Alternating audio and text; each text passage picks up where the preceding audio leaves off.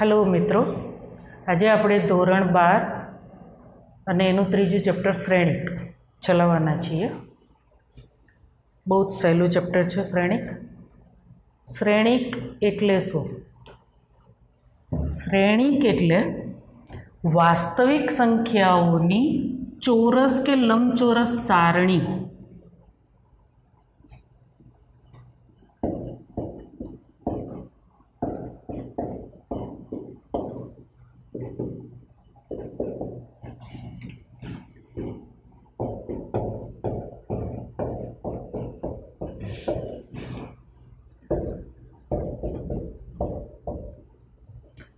सारणी पण कहेवाय, गोठवणी पण कहेवाय।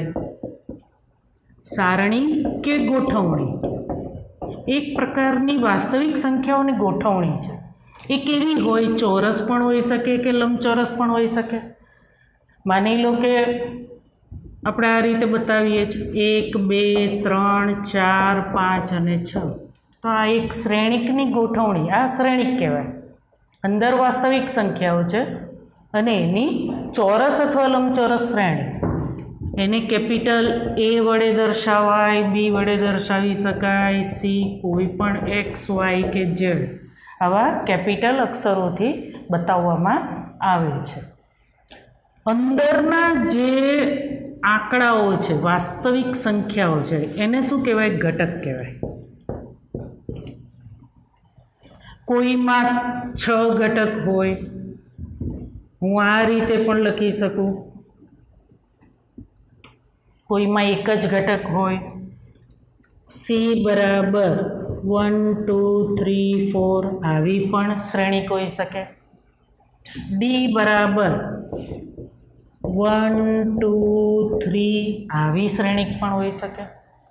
તો શ્રેણિક જુદા જુદા પ્રકારની હોય, તેની ગોઠવણી ચોરસ અથવા લંબચોરસ પ્રકારની હોય, અંદર ખાલી વાસ્તવિક સંખ્યાઓ હોય કે વાસ્તવિક સંખ્યાના વિધેય પણ હોઈ શકે।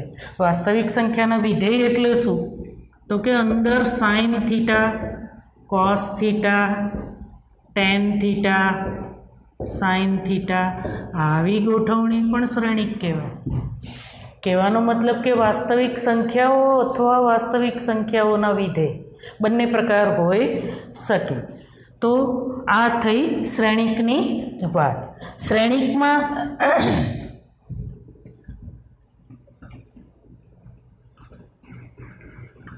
અંદર રહેલી વાસ્તવિક સંખ્યાઓને જેમ ઘટક કહેવાય, 1 2 3 4 5 6 7 8 9 0 જસ્ટ મેં એમ જ એક શ્રેણિક લઈ લીધો છે। આ શ્રેણિકની અંદર સૌથી પહેલી હરોળ છે એને R1 કહેવાય। હરોળ, હાર, રો R1। બીજી છે એને R2 કહેવાય। ત્રીજી છે એને R3 કહેવાય। તો આવી રીતે લાઇનસર બધી હરોળ હોઈ શકે, હાર હોઈ શકે। હાર પહેલી, હાર બીજી, એવી જ રીતે પહેલો છે કોલમ, કોલમ એનું અંગ્રેજી નામ છે, સ્તંભ કહેવાય। પહેલો સ્તંભ કોલમ 1, આ બીજો સ્તંભ છે તો એને C2 કહેવાય। આ ત્રીજો સ્તંભ છે એને C3 કહેવાય, આને C4 કહેવાય। હવે જે આ ગોઠવણી છે, આ એ કંઈ તમને આપેલા ના હોય, પણ મારે 7 કયો ઘટક બતાવે છે કેવું હોય, તો એને એ બીજી હાર ત્રીજો સ્તંભ A 2 3 ઘટક બરાબર 7 છે।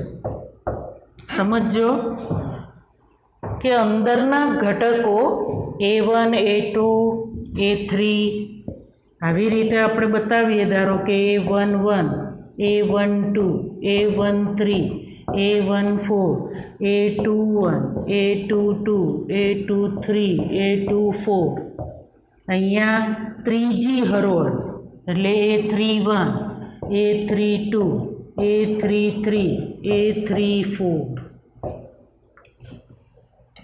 તો અંદરના જે ઘટકો છે એને કંઈક આ રીતે બતાવી શકાય.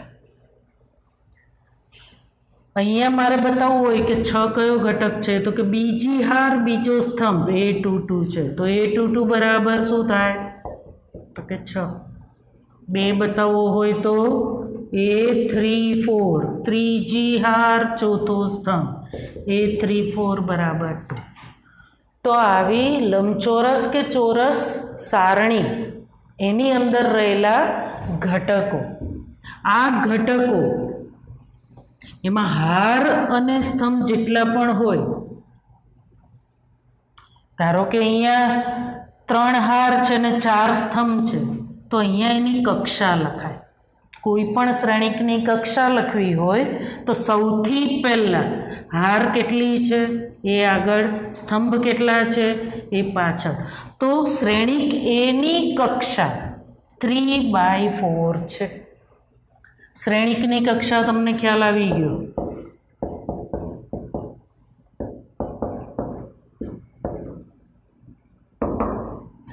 આવું કોઈ શ્રેણિક છે x બરાબર 1 2 3, વચ્ચે અલ્પવિરામ કરવું નહીં, કારણ કે અલ્પવિરામ કરશો તો એ બીજું મિનિંગ નીકળે છે, એ આગળ આપણે જોઈશું. x બરાબર 1 2 3, તો આની મારે કક્ષા લખવી હોય, આનો ઓર્ડર લખવો હોય તો એક હાર છે, હાર ફક્ત એક જ છે, સ્તંભ કેટલા છે તો કે 3. તો આવા શ્રેણિકનો ઓર્ડર આ થશે. y બરાબર હું આવી રીતે લખું 1 2,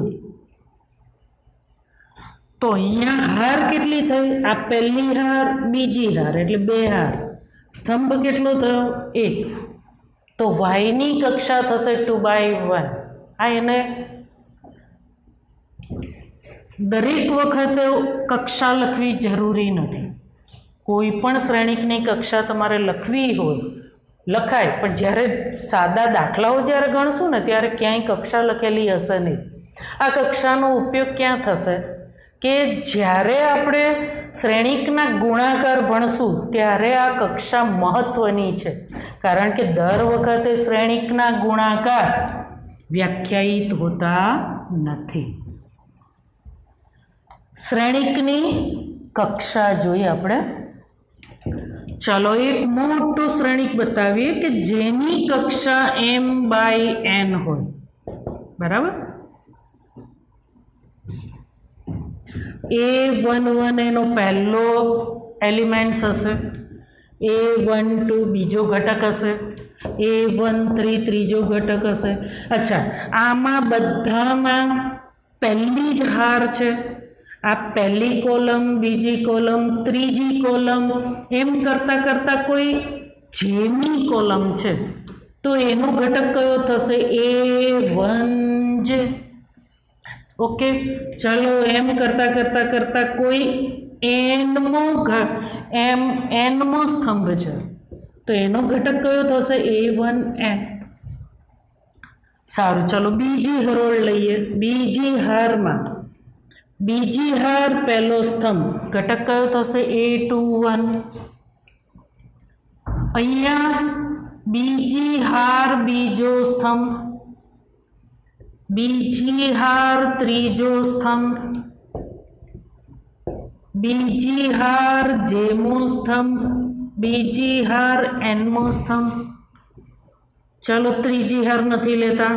એમ કરતાં કોઈ આઈની હાર છે. કઈ હાર છે, આઈની હાર. આ પહેલી હાર બીજી હાર એમ આઈની હાર, તો AI1. 1 શું કામ, પહેલો સ્તંભ છે એટલે. AI2 બીજો ઘટક આવશે, AI3 તો આ ત્રીજો ઘટક થયો. અચ્છા, અહીંયા આઈની હાર જેમી કોલમ તો થશે AIJ. ઓકે, હવે અહીંયા આવશે AIN. શું કામ, તો કે nમી કોલમ છે. એમ કરતાં હવે આપણી પાસે શ્રેણિકની કક્ષા તૈયાર છે. આપણે હરોળ એના સ્તંભ તો n લઈ લીધા અને હાર કેટલી લેવાની છે? તો કે m હાર લેવાની છે. m હાર અને n સ્તંભ. તો હવે આ છેલ્લી હાર આવી એ m મી હાર છે. m મી હારનો પહેલો ઘટક શું થશે? am1. ઓકે, બીજો ઘટક am2, ત્રીજો ઘટક am3.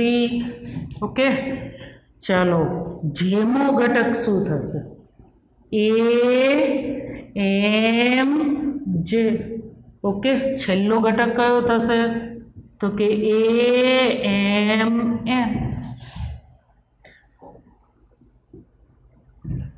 અને આની કક્ષા થશે m ક્રોસ n.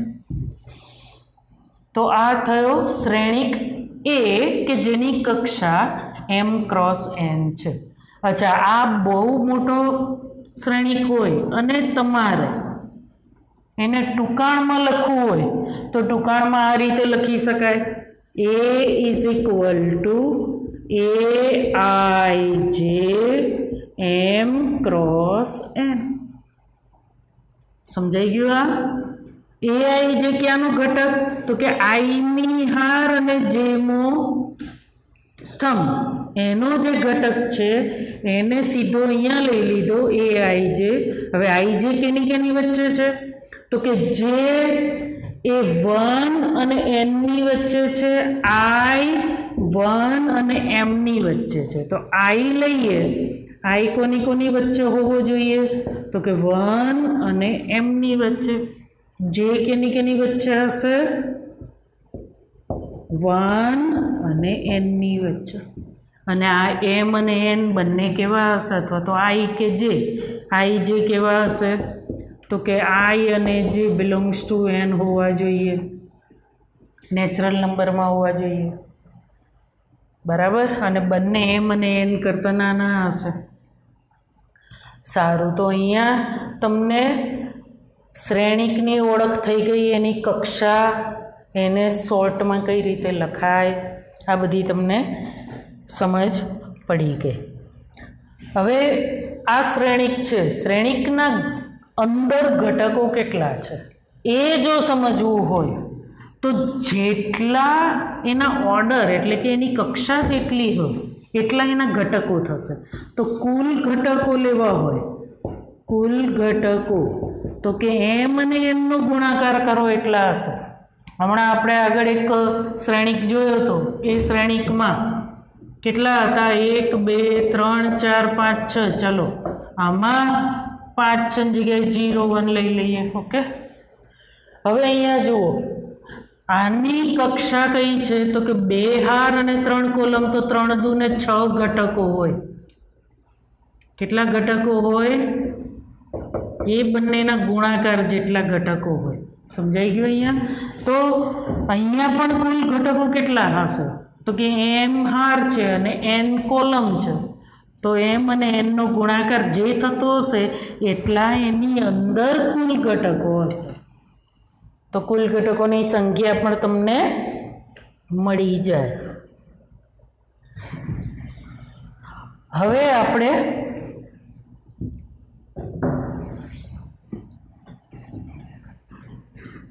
શ્રેણિકના ઉપયોગો જોઈએ.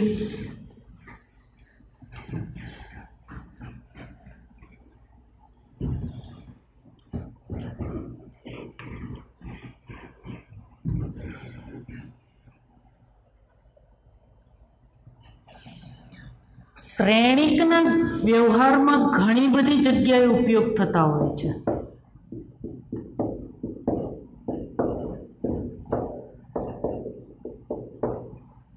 આગળના ચેપ્ટરમાં ભાગ 2 ની અંદર પણ શ્રેણિકના ઉપયોગો આવશે. માની લો કે કોઈ ફેક્ટરી છે, એ ફેક્ટરીની અંદર 2-3 ફેક્ટરી છે. એ ફેક્ટરીની અંદર પુરુષો અને સ્ત્રીઓની સંખ્યા આપેલી છે. તો પુરુષો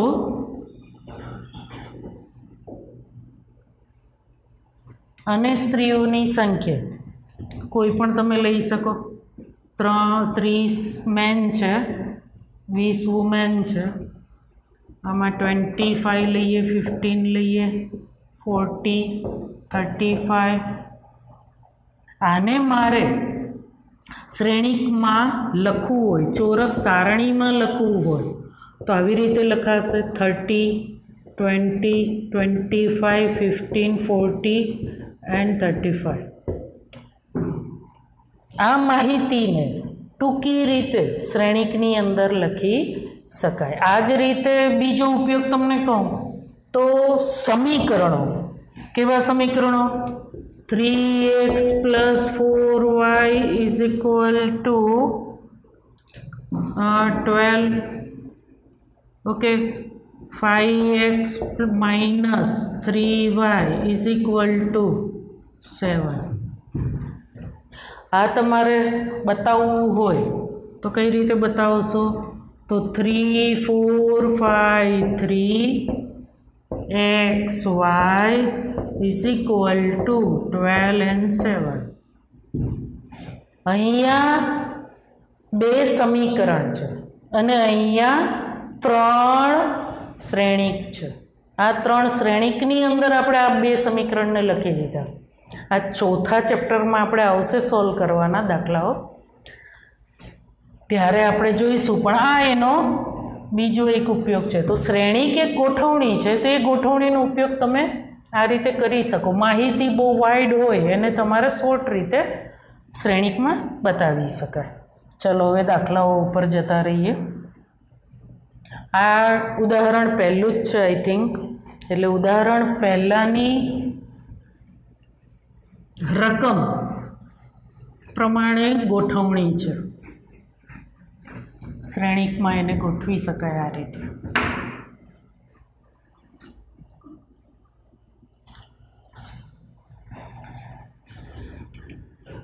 ઉદાહરણ 2 લઈએ.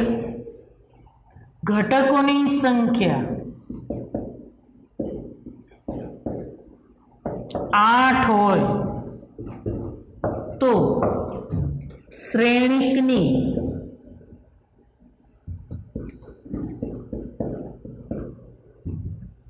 શક્ય કક્ષાઓ કેટલી? કઈ હોઈ શકે?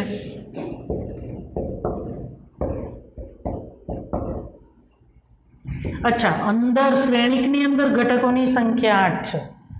8 છે એનો મતલબ અંદરના ઘટકો 8 છે.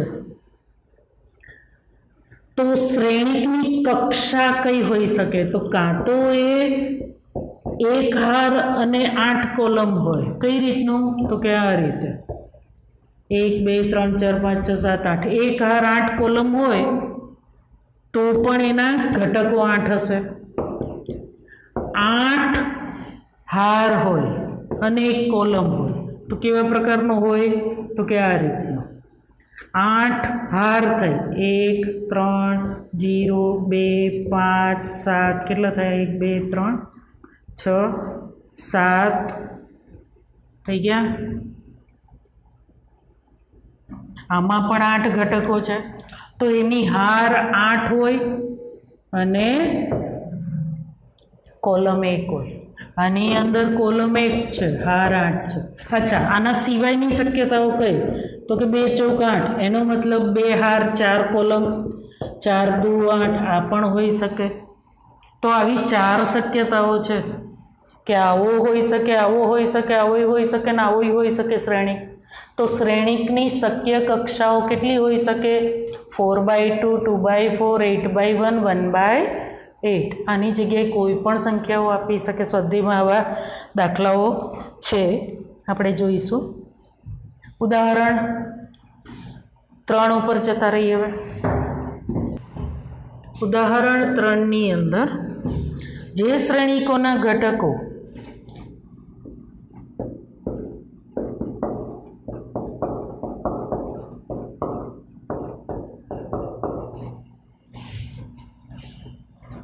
AIJ બરાબર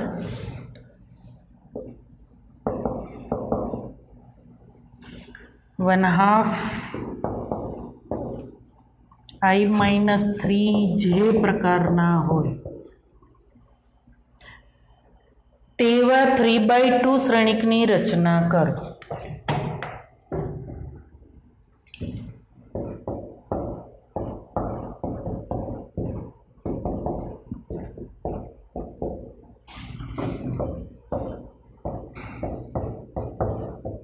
સમજો આપણને શ્રેણિકની કક્ષા આપી દીધી છે 3/2, સૂત્ર આપી દીધું છે ઘટકો કઈ રીતે શોધવા, પણ 3/2 શ્રેણિક કેવો હોય તો 3 હાર 2 કોલમ.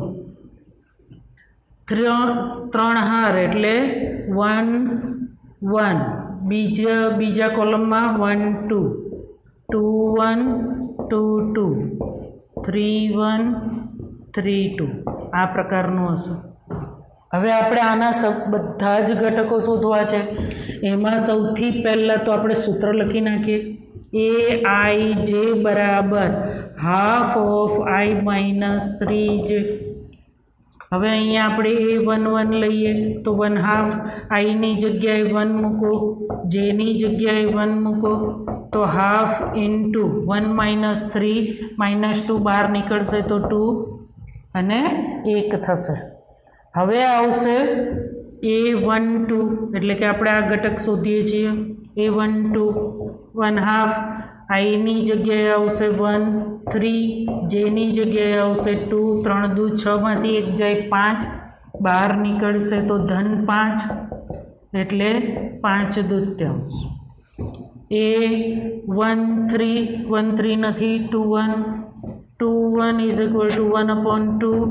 અહીંયા આવશે 2 3 1, જે 2 માંથી 3 જાય -1, બરાબર જ છે. 2 માંથી 3 જાય -1 એટલે અહીંયા આવશે 1 અને જવાબ આવશે 1/2. A22 1/2, 2 માઇનસ 3 ઇન્ટુ 2 1/2, 3 દુ 6 માંથી 2 જાય એટલે -4, 4 આવશે બહાર નીકળીને, જવાબ આવશે 2. અચ્છા, A22 થયા. હવે A31 અહીંયા લઈએ. A31 is equal to 1/2, 3 minus 3 into 1 શું આવશે? 3 - 3 0, તો હાફ ઇન્ટુ 0 બરાબર 0. હવે છેલ્લો ઘટક આવે A32, તો અહીંયા આવશે 3 - 3 ઇન્ટુ 2, 3 દુ 6 માંથી 3 જાય 3 વધે, બહાર નીકળે ધન, જવાબ આવશે 3/2. અચ્છા, હવે આપણને આ બધા ઘટકો મળ્યા, બરાબર. આ બધા ઘટકોને ફરી પાછા આપણે એમાં લખીએ તો આપણને શ્રેણિક મળશે. તો શ્રેણિક ફરી વાર લખવું હોય તો A ઇઝ ઇક્વલ ટુ, સૌથી પહેલાં શરૂઆત A11 12 એટલે હારથી છે એટલે 1, અહીંયા આવશે 5/2, આ 1/2, અહીંયા આવશે 2 0 અને આ આવશે 3/2. તો આપણને આખો શ્રેણિક આ રીતે મળી જાય છે. તો તમને આવું કોઈ સૂત્ર આપ્યું હોય અને શ્રેણિકની કક્ષા આપી હોય તો આપણે સૂત્ર ઉપરથી શ્રેણિકના બધા જ ઘટકો શોધી શકીએ છીએ.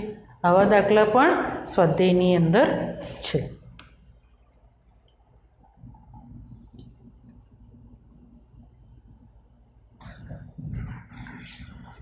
હવે આવે છે શ્રેણિકોના પ્રકાર.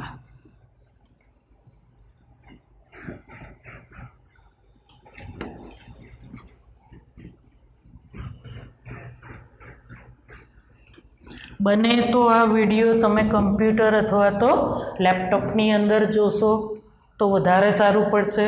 ઇયરફોન લગાવીને સાંભળવાનું, જેથી કરીને દાખલાઓમાં કોન્સન્ટ્રેશન રહે. જરૂરી એ છે કે ગણતી વખતે કોન્સન્ટ્રેશન હોવું જોઈએ. સ્વાધ્યાયના દાખલા નહીં, પણ અત્યારે તો હજી શ્રેણિકોના પ્રકાર બાકી છે. શ્રેણિકોના પ્રકાર બહુ જ સહેલા છે. શ્રેણિકોના પ્રકાર એકદમ સહેલા છે. જેવા નામ એવા જ ગુણ છે, બરાબર.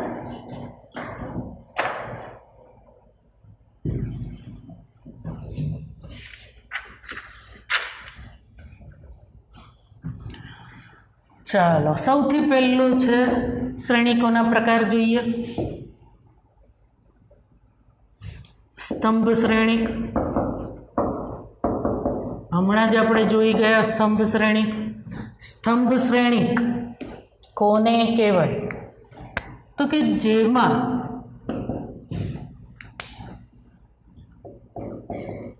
એક સ્તંભ હોય,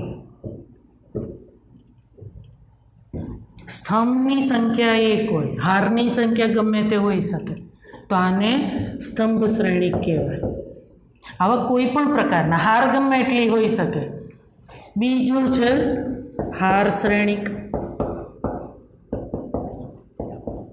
આના પણ નામ એવા જ ગુણ છે. હાર શ્રેણિક કેવા પ્રકારનું હશે? તો કે જેમાં હાર એક જ હોય અને સ્તંભ ગમે એટલા હોઈ શકે, તો આ થઈ હાર શ્રેણિક. ત્રીજો છે ચોરસ શ્રેણિક.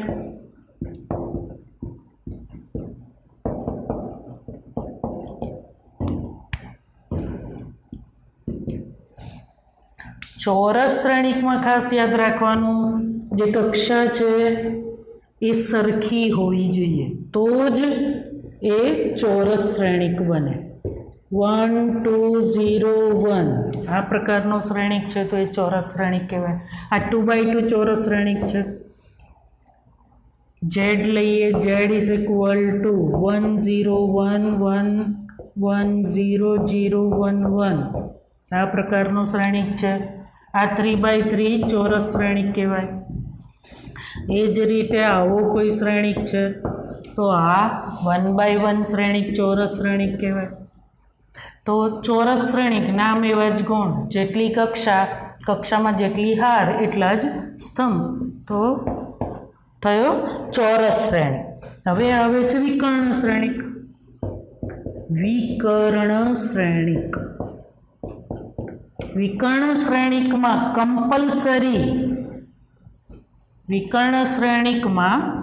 કમ્પલસરી એક ચોરસ હોવો જ જોઈએ. વિકર્ણ શ્રેણિક હંમેશા ચોરસ હોય તો જ એનો વિકર્ણ આપણે લઈ શકીએ. માની લો કે આવો કોઈ શ્રેણિક છે 1 2 3, બાકીના બધા જ ઘટકો શૂન્ય હોવા જરૂરી છે. તમને એમ થાય કે આ જ વિકર્ણ નહીં, આ લેવો હોય તો ના લઈ શકાય. હંમેશા અગ્ર વિકર્ણ જ લેવાનો. અગ્ર વિકર્ણના સભ્યો નોન ઝીરો હોવા જોઈએ, શૂન્ય ના હોવા જોઈએ. બાકીના બધા જ ઝીરો હોવા જોઈએ. તો આવા વિકર્ણને, આવા શ્રેણિકને વિકર્ણ શ્રેણિક કહેવાય. વિકર્ણ શ્રેણિકમાં ખાસ એ ધ્યાન રાખજો કે AIJ, જેમાં I is not equal to J હોય તો આવા બધા જ સભ્યો ઝીરો બનવા જોઈએ. ફરી વાર લખું છું. એવા AI જે છે એ બધા જ ઝીરો છે. કેવા? તો કે I is not equal to J. જેમાં I is not equal to J છે એવા બધા જ ઝીરો.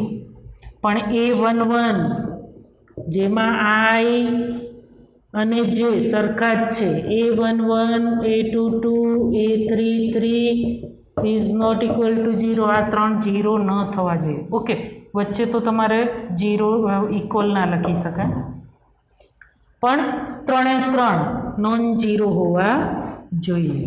અહીંયા કોઈ બી સંખ્યા હોઈ શકે, પણ આ ત્રણ. તો અહીંયા તમને વિકર્ણ શ્રેણી ખબર પડી ગઈ, ચોરસ શ્રેણી ખબર પડી ગઈ. હવે આપણે આગળ વધીએ. આ તમારે ઉતારવું હોય તો પહેલાં પોઝ કરી અને ઉતારી લેજો. તમારે નોટ બનાવવી જરૂરી છે.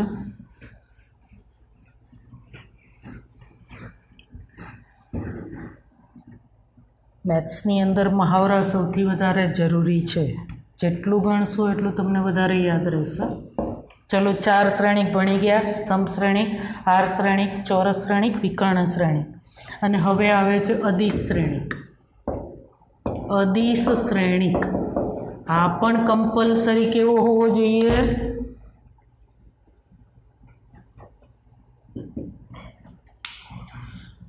અધિશ્રેણિક ચોરસ જ હોવો જોઈએ. હું કોઈ ઉદાહરણ લઈ લઉં. એ ઇઝ ઇક્વલ ટુ, અચ્છા, અધિશ્રેણિક કેવો હોય તો કે વિકર્ણ શ્રેણિક તો હોય જ. વિકર્ણ શ્રેણિક એટલે તો કે વિકર્ણ સિવાયના બધા 0 અને અહીંયા જે કોઈ સંખ્યા લો એ 3 એ 3 જગ્યાએ સરખી જોવી જોઈએ. 5 5 5 હોય, 2 2 2 હોય, 1 હોય, તો આવા શ્રેણિકને અધિશ્રેણિક કહેવાય. એટલે અધિશ્રેણિક ચોરસ શ્રેણિક થયો, વિકર્ણ શ્રેણિક થયો અને વિકર્ણના બધા સભ્યો સરખા હોય તો એ અધિશ્રેણિક થઈ જાય. હવે આના પછી એકમ શ્રેણિક આવે છે.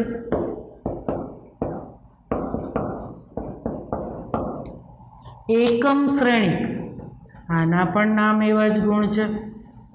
એકમ શ્રેણિક એટલે ચોરસય હોવું જોઈએ, વિકર્ણ શ્રેણિક હોવું જોઈએ, અધિશ્રેણિક પણ હોવો જોઈએ અને એકમ શ્રેણિક એટલે કે એના બધા જ ઘટકો કેવા હોવા જોઈએ? 1 0 1 0 0 0 1. જો એના બધા ઘટકો 1 હોય તો એ એકમ શ્રેણિક કહેવાય. કયા? જે વિકર્ણ, જે અધિશ્રેણિકના બધા જ ઘટકો 1 હોય તો એવા શ્રેણિકને એકમ શ્રેણિક કહેવાય. હવે છેલ્લો પ્રકાર રહ્યો શૂન્ય શ્રેણિક. આના પણ નામ એવા જ ગુણ છે. શૂન્ય શ્રેણિકોને કહીશું બધા જ ઘટકો શૂન્ય હોય તો એને શૂન્ય શ્રેણિક કહીશું.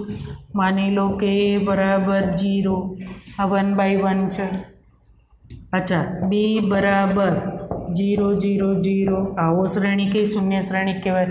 જરૂરી નથી શૂન્ય શ્રેણિક ચોરસ જ હોય, ગમે તે આકારનો હોઈ શકે, લંબચોરસ હોય, ચોરસ પણ હોય.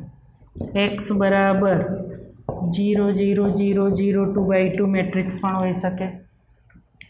જનરલી શૂન્ય શ્રેણિકને કેપિટલ O વડે દર્શાવતા હોય છે.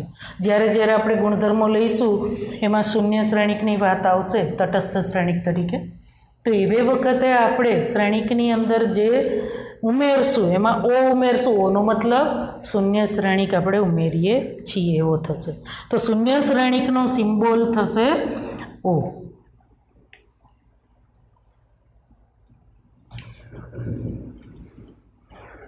હવે એક છેલ્લો ટોપિક છે શ્રેણિકોની સમાનતા.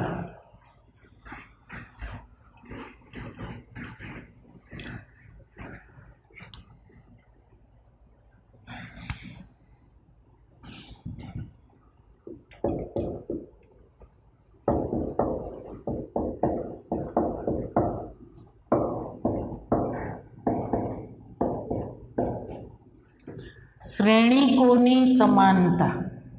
સમાન શ્રેણિકો કોને કહેવાય? કોઈ બે શ્રેણિક સમાન છે માની લો,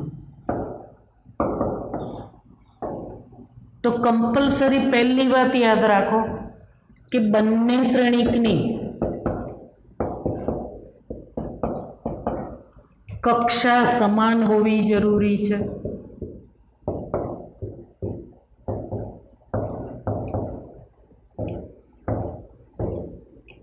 જો આ 2/3 હોય તો આ પણ 2/3 હોવો જોઈએ, તો જ બંનેને સરખાવી શકાય, નહીંતર સરખાવી શકાય નહીં. પહેલું તો એના બંને શ્રેણિકની કક્ષા સમાન હોવી જોઈએ, તો અહીંયા કક્ષા આવ્યું. અને બીજું એના અનુરૂપ ઘટકો સમાન હોવા જોઈએ.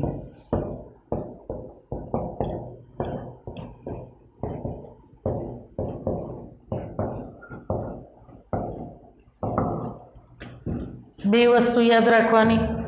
આના ઉપરથી આપણને એટલીસ્ટ એ ખબર પડે, અહીંયા 2/3 છે એટલે આ A11, ચલો ને 1 2 3 4 5 6 લઈ લઈએ 2/3. અહીંયા x y z p q r. જો આ બે શ્રેણિક સમાન હોય તો xની વેલ્યુ 1 થશે, yની 2, zની 3. અનુરૂપ ઘટકો સમાન હોય તો અહીંયા તમને શ્રેણિકોની સમાનતા ખ્યાલ આવી. શ્રેણિકોની સમાનતા ઉપરથી દાખલાઓ MCQમાં પૂછાતા હોય છે. કે કોઈ બે શ્રેણિક સમાન છે તો X Y Z A B C एवं शोधो।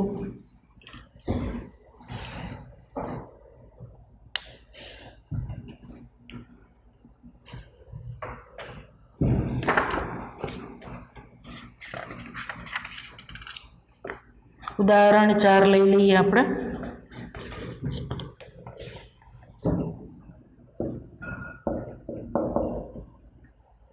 उदाहरण 4 नी अंदर जो x + 3 - 6 b - 3 z + 4 a - 1 -21 2y - 7 0 0 = सामे एक श्रेणिक आप्यो छे 0 - 6 2b + 4 -6 -3 -21 3y - 2 2c + 2 અને 0 3y - 2 છે અને આવું હોય તો a b c x y z ના મૂલ્યો શું તો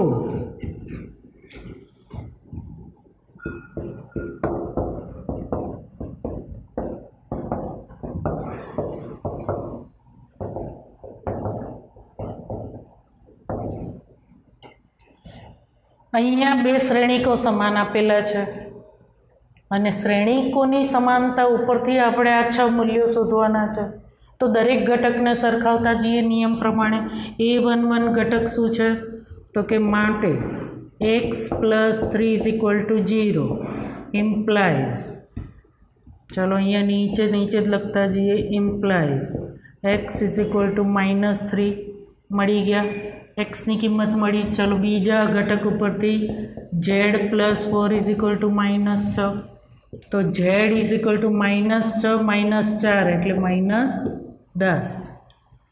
હવે ત્રીજા ઉપરથી y મળશે 2y - 7 = 3y - 2 ओके 3y बाजू 2y लई जाओ तो y वधे 3y - 2y -7 आ बाजू है -2 आ बाजू आवशे +2 +2 - 7 एटले -5।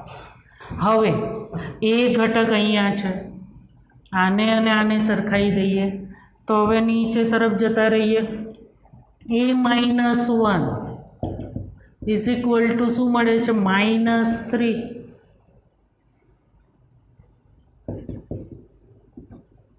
तो a = -3 + 1 एटले -2 2c + 2 = 0 शू मळशे अहींया 2c = -2 तो c = -2/2 एटले -1। हवे b रह्यो आपणी पासे b नुं एक सूत्र अहींया छे b - 3 = b - 3 = 2b + 4 ओके। हवे b आ बाजू जाए तो वधे b -3 अहींया ज रहेशे +4 आ बाजू आवे -4 एटले -7।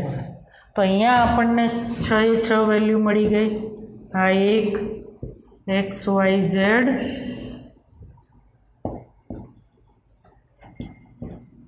ओके पहला तो चेक करी लीए कारण के स्लीप ऑफ पेन थवानी शक्यताओ रहती होय छे। दाखला 4 नी अंदर ए नी वेल्यू -2 बी -7 सी -1 एक्स नी -3 वाय -5 અને जेड = 2 अहींया भूल थई छे तो मैं कंईक लखवामां लोचा मार्या छे z = 2 केम आव्युं ओके -6 नथी अहींया 6 छे એટલા માટે આપણે અહીંયા જો 6 કરશું તો અહીંયા 6 થશે ઓકે તો 6 માઇનસ એટલે અહીંયા 2 રકમ લખવામાં ભૂલ થાય તો જવાબ ખોટો પડે सारूँ तो अहींया उदाहरण 4 आपणे पूरुं कर्युं। हवे उदाहरण 5 जोई लईए।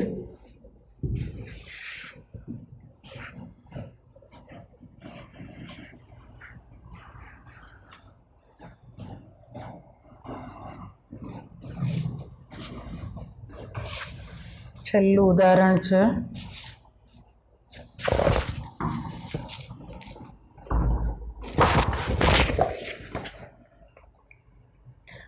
नीचेना समीकरणमांथी ABCD ना मूल्यों शोधो। उदाहरण 5 अहींया आप्या छे के जो 2A plus B A minus 2B 5C minus D અને 4C plus 3D is equal to 4 minus 3 11 24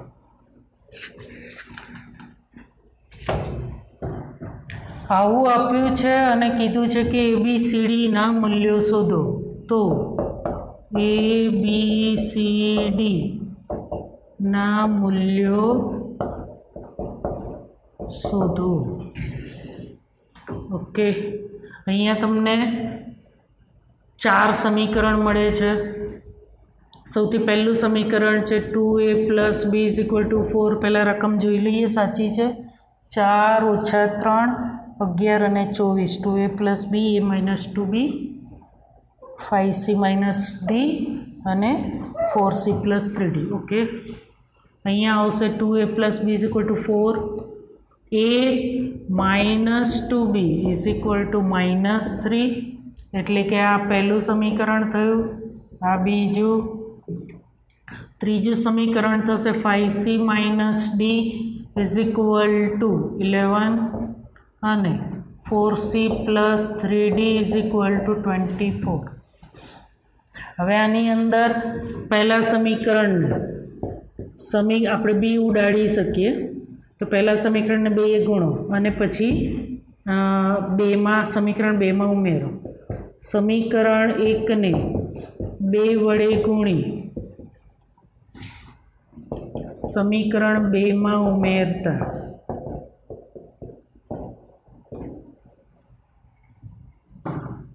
तो आने आपणे 2 गुणवाना छे। 2 × 4A 2B 4 × 2 = 8 आने एमनेम राखवानो छे।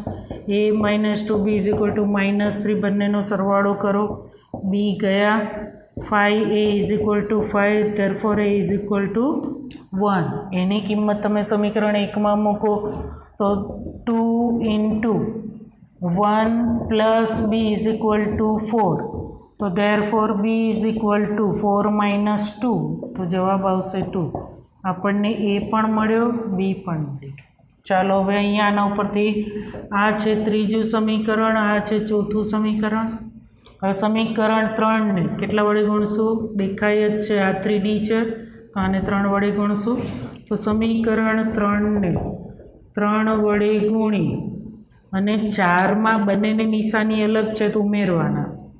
4 समीकरण में उमेरता ओके। हवे आने 3 वडे गुणवाना छे।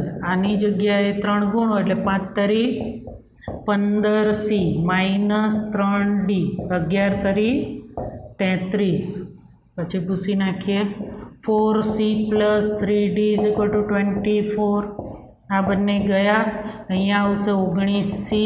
अहींया 4 ने 3 7 3 ने 2 5 19 तरी 57 तो C बराबर शुं मळ्युं? 3। हवे आ किंमत तमे कोईपण एक समीकरण में मूकी दो। तो समीकरणनी अंदर मूकीए 5C तो 5 × C नी जग्याए 3 minus D is equal to 11 तो D इज इक्वल टू 5 तरी 15 मांथी 11 जाए 12 13 14 15 तो D is equal to 4। Very good. चलो 1 2 3 4 4 जवाब आपड़ा आव्या ABCD प्रमाणे। तो तमने समीकरण बनता होय एना उपरथी पण तमे किंमतो शोधी शको।